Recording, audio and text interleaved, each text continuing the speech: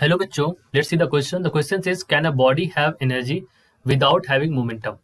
इसके बारे में बात करनी है कि क्या बॉडी के पास एनर्जी हो सकती है बल्कि उसका मोमेंटम उसके पास ना हो। तो इस क्वेश्चन को समझने के लिए जो हमारा यहाँ पर की कॉन्सेप्ट होगा वो ये होगा कि पता होना चाहिए सबसे पहले कि मोमेंटम क्या होता है।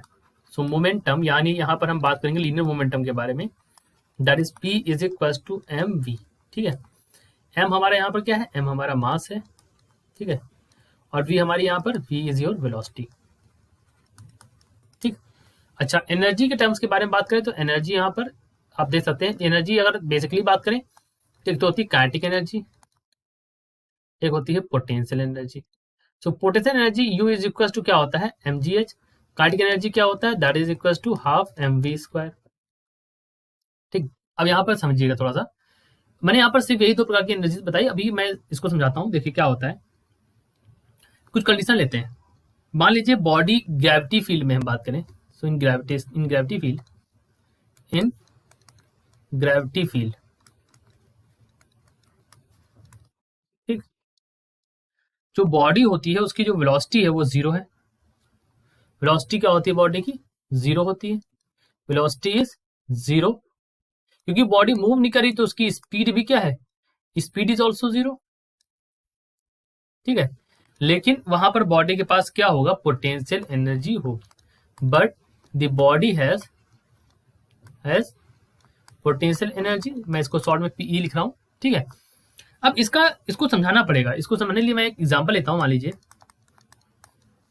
एक केस लेते हैं, मान लीजिए एग्जांपल या फिर इसको केस मान लीजिए। केस ऐसा है कि मान लीजिए बॉडी एक बकेट है।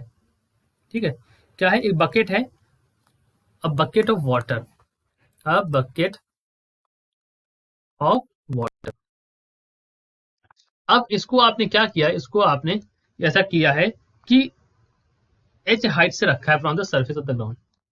तो मैं लिख देता हूँ केप्ट, पहले इतना kept at H height from ground. ठीक, एच हाइट पर रखा गया ग्राउंड से। तो उस केस में क्या होगा, उसके अंदर पोटेंशियल एनर्जी होगी।